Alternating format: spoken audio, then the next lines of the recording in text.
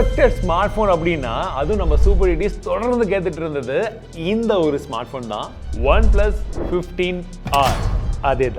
அதே சமயத்தில் the most confusing smart phone. கடந்த 10 நாட்களாக என்னுடைய டீம் இந்த ஸ்மார்ட் போனை டெஸ்ட் பண்ணிட்டு இருக்காங்க. ஸோ என்ன இருக்குன்றதை விட அது உண்மையாகவே எப்படி இருந்ததுன்றதையும் சேர்த்தே பார்த்துருவோம். அப்கிரேடா டவுன்கிரேடா? OnePlus 15R பாக்ஸ்ல வழக்கம் போல நமக்கு தேவையான கொடுக்க வேண்டிய எல்லா விதமான விஷயங்களும் இருக்கு. ஸோ OnePlus 15ல நம்ம சொன்னோம் ஃபிளாக்ஷிப் கில்லர்ல இருந்து அவங்க ஃபிளாக்ஷிப் போயிட்டாங்க. At the same time performance side move ஆகுற மாதிரி தெரியுதுன்னு சொன்னோம். மாதிரி எல்லாம் இல்லை, கன்ஃபார்ம் தான்பான்னு சொல்லி இப்போ தம்பியை விட்டு திரும்ப ஒரு முறை கன்ஃபார்ம் பண்ணிட்டாங்க. அண்ட் Snapdragon 8 Gen 5 ப்ராசஸர் முதல் முறையாக இந்த ஸ்மார்ட் போன்ல தாங்க வருது.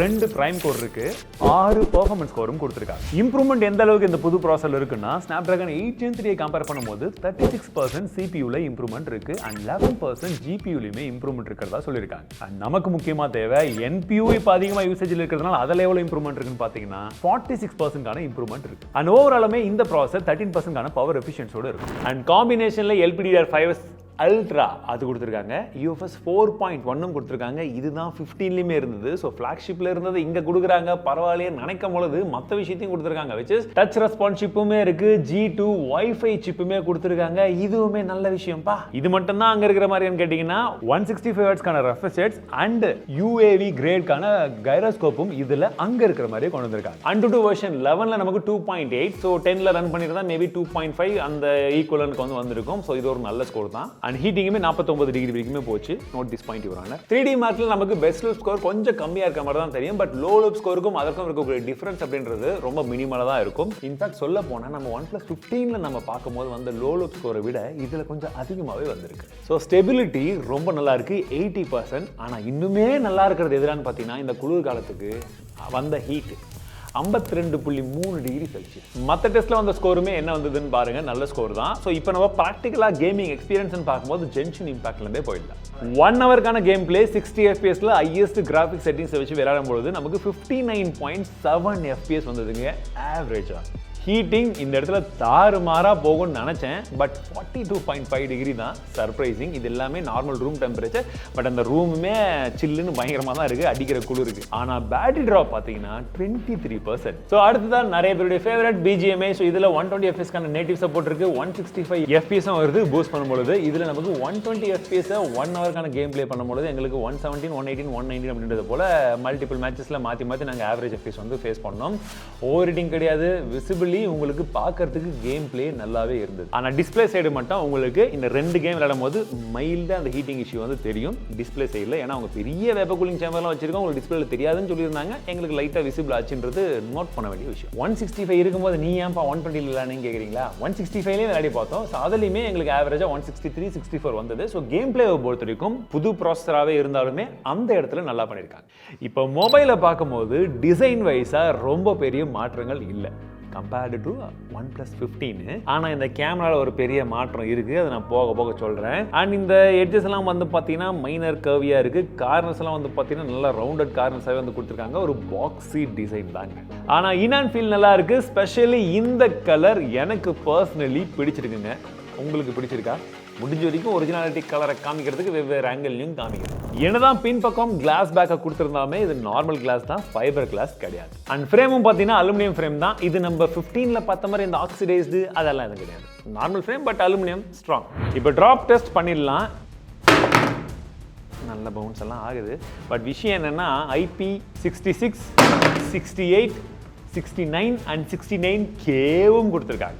இது ஒரு நல்ல அப்கிரேடு. ஏன்னா லாஸ்ட் டைம் வெறும் IP65 வரைக்கும் தான் கொடுத்துருந்தாங்க. இது top of the line spec. So ஓவராலாக ஃபோனை பார்க்கும்போது இப்போ நம்ம ரீசெண்டாக பார்க்கக்கூடிய அதே ட்ரெண்டில் இருக்குது. ஆனால் நல்லா சாலிடாக இருக்குது. 1.5K ரெசல்யூஷனில் AMOLED டிஸ்பிளே கொடுத்துருக்காங்க. பெசில்ஸ் ரொம்ப மினிமலாக இருக்குது. சிமெட்ரிக்கான பிசினஸாகவும் இருக்குது. பார்க்கறதுக்கு உங்களுக்கு மல்டிமீடியா கன்சம்ஷனுக்கு ஒரு நல்ல டிஸ்பிளே. ஸோ LTPO டிஸ்பிளே நமக்கு OnePlus 15Rல இருந்தது. ஸோ இதில் அது ஒரு டவுன் கிரேட். ஸோ அதனாலேயே நமக்கு ஆல்வேஸ் ஆன் டிஸ்பிளே யூஸ் பண்ணிங்கன்னா கொஞ்சம் எக்ஸ்ட்ராவாக பேட்டரி ட்ரெயின் ஆகும். அண்ட் HBM 1800 நெட்ஸ் கொடுத்துருக்காங்க. பீக் பிரைட்னஸ் பொறுத்த வரைக்கும் 3600 நெட்ஸ் இருக்கு. இது நம்ம 13Rக்கும் iPhone 15க்கும் கம்பேர் பண்ணிங்கன்னா கொஞ்சம் கம்மி. அண்ட் HDR பார்க்கும்போது அந்த வித்தியாசம் நமக்கு கொஞ்சம் நோட்டீஸும் ஆகும். பார்க்கும்போது நல்லா இருந்ததா? இண்டோரில் கண்டிப்பாக நல்லா தான் இருக்குது. அவுட்டோரில் டைரக்ட் சன்லைட்டில் நல்லா இருக்குமான்ற சந்தேகம் இருந்தது. பட் அங்கேயுமே பார்க்கறதுக்கு நல்லா இருக்கு. டியூவல் ஸ்டீரியோ ஸ்பீக்கர் கொடுத்துருக்காங்க. ஆடியோ OnePlusல எப்பவுமே எனக்கு பர்சனலாகவே எங்களுக்கு பிடிக்கும். ஸோ அது நல்லா தான் இருக்குது. பட் நீங்கள் கேமிங் எல்லாம் விளையாடும் அப்படின்ற பட்சத்தில் உங்களுக்கு ரெண்டு சைடுமே ஈக்குவல் பேலன்ஸ் இருக்கா அப்படின்னு பார்க்கும்போது 70-30ன்ற மாதிரி தான் இருக்குது. இந்த பெர்ஃபார்மன்ஸ் சைடு போகும்போது அதை கொஞ்சம் பேலன்ஸ் பண்ணியிருந்தாலும் இன்னும் கொஞ்சம் ஜஸ்டிஃபிகேஷன் பண்ண மாதிரி இருந்திருக்கும். பட் 13R விட இது கொஞ்சம் பெட்டராக இருக்குது. ஸோ அடுத்த முக்கியமான வாய்க்கா தகராறு கேமரால தான் வருது. இந்த கேமரா டிசைனை பார்க்கும்போதே உங்களுக்கு ஏதோ பெருசாக தெரியுதுல்ல? இல்லை, ஏன்னா இந்த வாட்டி டெலஃபோட்டோவை பிடிக்கிட்டாங்க. சரி, மெயின் கேமராவாச்சு என்ன இருக்குன்னு பார்த்தோம்னா 15R பொறுத்த வரைக்கும் நமக்கு Sony IMX906 இது கிட்டத்தட்ட almost ஈக்குவலன் to LYT 700 which was used in 13R. அப்போ செல்ஃபின்னு வரும்போது 32 மெகாபிக்சலுக்கான செல்ஃபி கேமரா வந்து கொடுத்துருக்காங்க. போன வாட்டி வெறும் 16 மெகாபிக்சல் தான். ஒரு நல்ல அப்கிரேடு. நம்மளால 4Kவும் எடுக்க முடியும். ஆட்டோ ஃபோக்கஸுமே வந்து இருக்கு. டீடைல் மேக்ஸ் இன்ஜின் கொடுத்துருக்காங்க. 15ல பார்த்த அதே இம்ப்ரூவ்மெண்ட் இதில் இருந்ததுன்னா நல்லது. பட் இருக்கா? அவுட்டோரில் நல்ல ரைடிங் கண்டிஷன் எடுக்கும் போதெல்லாம் கலர்ஸ்லாம் நல்லாவே வந்து பார்க்குது. இன்ஃபேக்ட் சொல்ல போனால் கொஞ்சம் பூஸ்ட் பண்ண மாதிரி தெரியுது. உங்களுக்கு இந்த மாதிரி இமேஜஸ் பிடிக்கும் அப்படின்னா கண்டிப்பாக இதுவுமே உங்களுக்கு வந்து பிடிக்கும். But most of the images எங்காலும் எடுக்கும்போது நல்ல வெயில் இருந்துச்சு, திடீர்னு குளிர்லாம் மறைஞ்சு போனதுனால வெயிலுக்கும் போகாமல் நிழல்லே எடுத்திருக்காங்க. அதனால என்னமோ எங்களுக்கு கொஞ்சம் ஷேடோஸ் அதிகமாக இருக்க மாதிரி தெரியுது. லைட்டாக வந்து உங்களுக்கு சேச்சுரேஷன் தெரியும்.